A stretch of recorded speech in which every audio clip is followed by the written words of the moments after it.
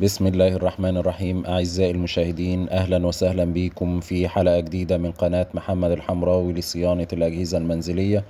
النهاردة إن شاء الله بإذن الله هنتعلم حاجة جديدة في الغسالة اليونيفرسال الفوق أوتوماتيك اللي قدام حضراتكم دي. طبعا الصوت اللي حضراتكم سمعتوه في أول الفيديو ده صوت الجيربوكس. الجيربوكس طبعا فيه مشكلة إن هو تالف. ففي الفيديو ده ان شاء الله باذن الله هنتعلم خطوه بخطوه طريقه فك وتركيب او تغيير الجيروبوكس الغساله اليونيفرسال الفوق اوتوماتيك. في البدايه طبعا ارجو من حضراتكم لو اول مره تتابعوني رجاء ان انتوا تدعمونا بلايك وشير وتتفاعلوا مع القناه علشان يصل لحضراتكم كل الفيديوهات القادمه ان شاء الله. يلا بينا نبدأ على بركة الله. طبعا الجيربوكس يا جماعة بيبقى مثبت بأربع مسامير في الحلة زي ما حضراتكم شايفين كده. المسامير دي بتبقى تحت الريشة أو المروحة.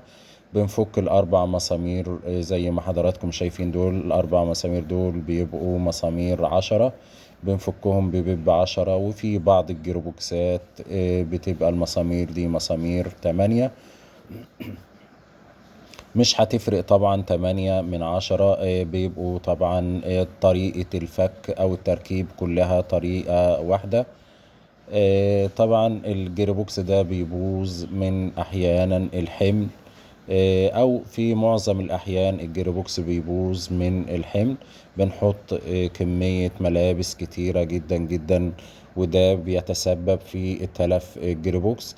زي ما حضراتكم شايفين كده حتى في الكفر الحماية الجيربوكس جايب مية عليه كده وفي صدى نتيجة تلف الجيربوكس.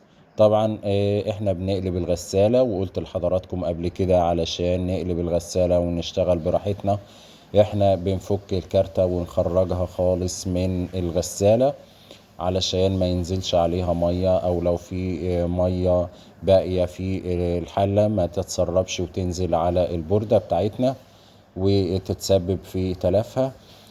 طبعا احنا بعد ما بنقلب الغسالة بنفك الكفر الخارجي اللي هو بيبقى على الجيربوكس. بيبقى مثبت بأربع مسامير 8 زي ما حضراتكم شايفين كده. كنا نزلنا قبل كده طريقة تغيير الجيربوكس للغسالة الفريش الفوق اوتوماتيك. وكنا نزلنا برضو طريقة تغيير الجيربوكس الغسالة يونيون اير. والنهاردة ان شاء الله في الفيديو بتاعنا ده معانا هنتعلم ازاي نغير الجيربوكس للغسالة اليونيفرسال التوب. بعد ما فكينا الكفر الخارجي اللي بيبقى مثبت على الجيربوكس بنبتدي نفك المسامير اللي هي بتبقى مثبتة الجيربوكس في الحلة. بيبقوا 4 مسامير 10.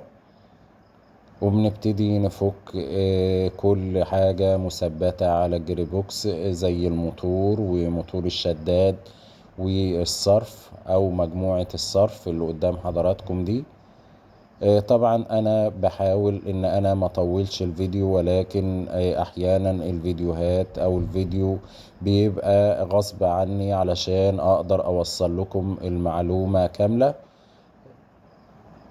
وما احذفش حاجة منه او ما فيش حاجة تفوتكم. علشان لو حضراتكم يعني فيكم فني مبتدئ او صاحب جهاز حابب يغير القطعة بنفسه يقدر من خلال الفيديو ده ان هو يتابع ويغير او يصين جهازه بنفسه. طبعا احنا بنفك المسامير اللي بتبقى مثبتة الموتور على الجيربوكس، ودي طبعا بتبقى متثبتة او مثبت الموتور على الجيربوكس بمسامير 13. وبنبتدي طبعا نفك المسامير اللي هي بتبقى مثبتة الطرف الارضي على الجيربوكس. بيبقى فيه طرف ارضي واحد متثبت على الموتور، وطرف متثبت على الجيربوكس زي ما حضراتكم شايفين كده بمسمار صليبة. ونبتدي نحرر كل حاجة راكبة على الجيربوكس علشان نقدر نخرجه بكل سهولة.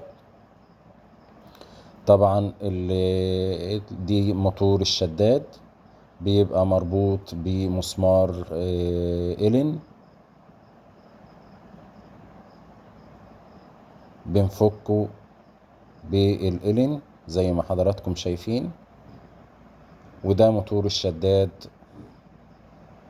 هنا وظيفته ان هو بيشد او بيفتح الدراع من على الجيربوكس في مرحلة العصر. وكمان ليه وظيفة تانية في الغسالة دي، ان هو بيشد الكاوتشة بتاعة الصرف اثناء عملية الطرد. وايضا بتبقى مجموعة بتاعة الصرف دي مثبتة برضو بمسمار الإيلين برضو. بنفكها زي ما حضراتكم شايفين كده، ونبتدي نسخن بولاعة او شمعة حاجة بسيطة جدا على المجموعة دي علشان بتبقى متثبتة بكلة وبتخرج معانا بكل سهولة.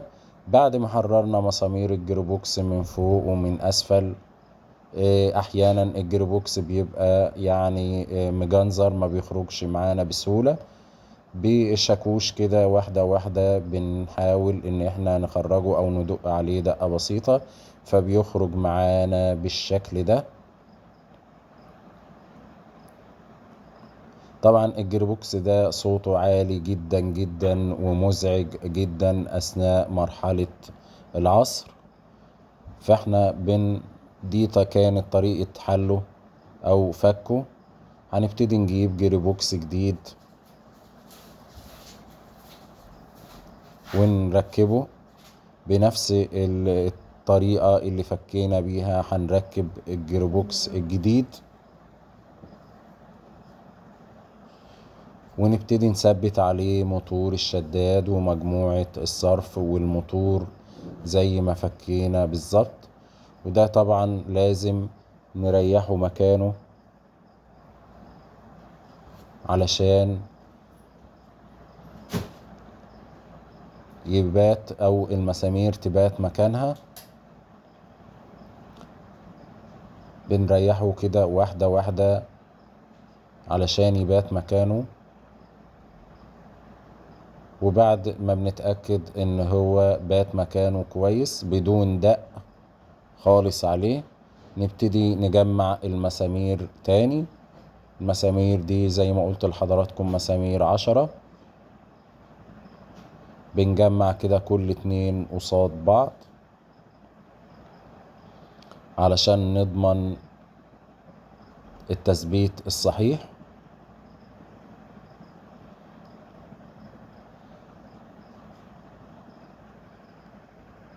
ودي طبعا يعني لو حضرتك فني مبتدئ مش عايزك تقلق ابدا او تخاف من الجيربوكس. الجيربوكس سهل وبسيط جدا في فكه وفي تركيبه، فما تقلقش خالص.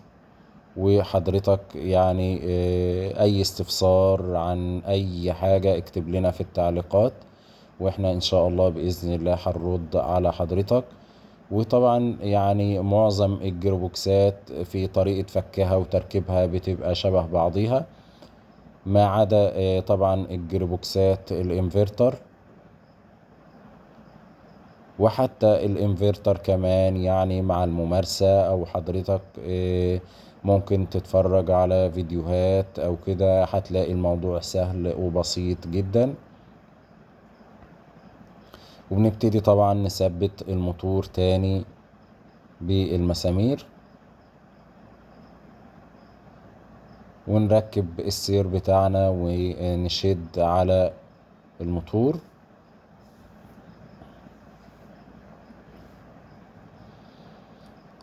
زي ما قلت لحضرتك ما تقلقش خالص، سواء كنت فني او صاحب جهاز عايز يصين بنفسه،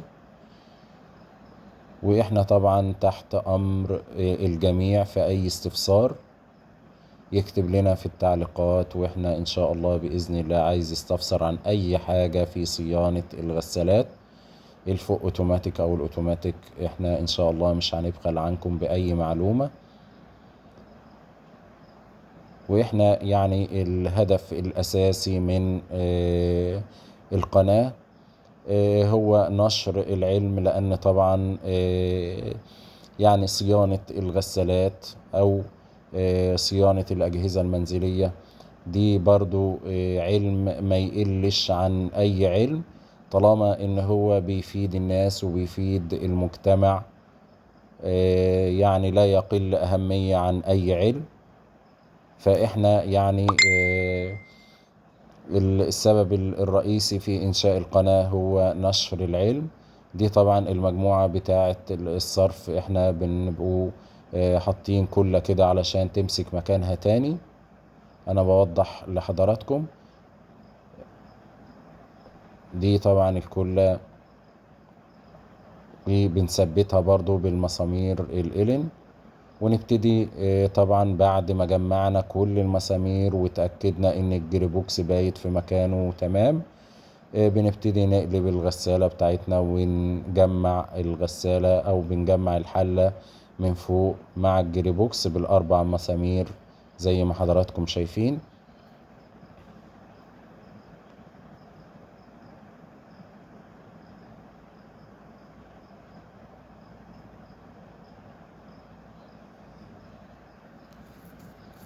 ونبتدي نشد على المسامير دي كويس،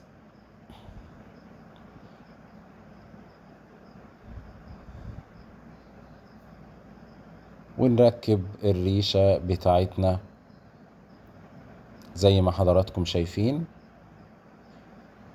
وبكده نكونوا يعني انتهينا من تغيير الجيربوكس.